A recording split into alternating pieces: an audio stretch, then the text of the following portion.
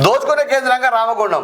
బూడిద దందాలో నేతలు అధికారులకు వాటాలు. మాఫియా చేతుల్లో ఎన్టీపీసీ అధికారులట ఒక్కో లారీకి 4,600 అదనంగా వసూలట.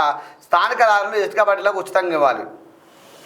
బీఆర్ఎస్ నాయకులు కౌశికారట ఆ బూడిద చెరువు ఆవరణలో లోడింగ్ పైసల వసూలు కోసం ఏర్పాటు చేస్తున్నట్ట. లారీ ఓనర్లు కలిసి మీడియాతో మాట్లాడుతున్న బీఆర్ఎస్ నేత కౌశిక హరి.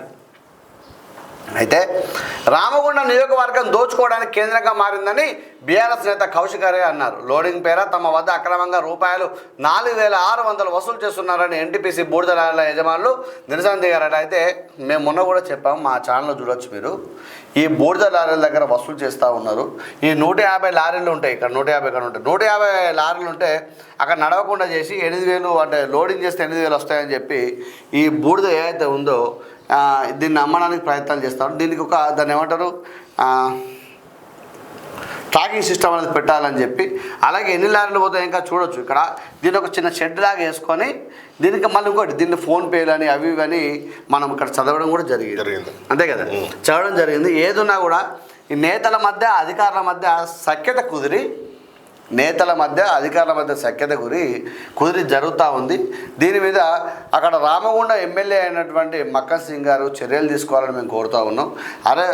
అదేంటంటే మన వారి యొక్క పార్టీ అయినా పర్లేదు, వారి యొక్క పార్టీ నాయకులైనా ఇటువంటి పని చేసినట్టయితే వారిని సస్పెండ్ చేయాలని కోరుతూ ఉన్నాం, అంటే పార్టీ నుంచి తీసివేయాలని కోరుతూ ఉన్నాం.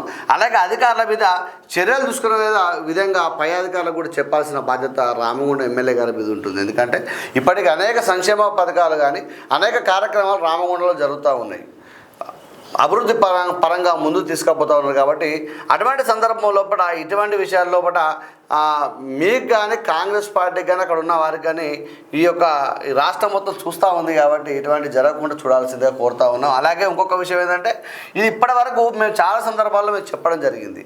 ఈ బూడిద లారీలు ఇట్లా జరుగుతూ ఉన్నాయి, ఇట్లా తీసుకుపోతూ ఉన్నారు, అన్యాయం జరుగుతూ ఉంది, ఇక లారీల యజమానులు జరుగుతూ ఉందని చెప్పడం జరిగింది.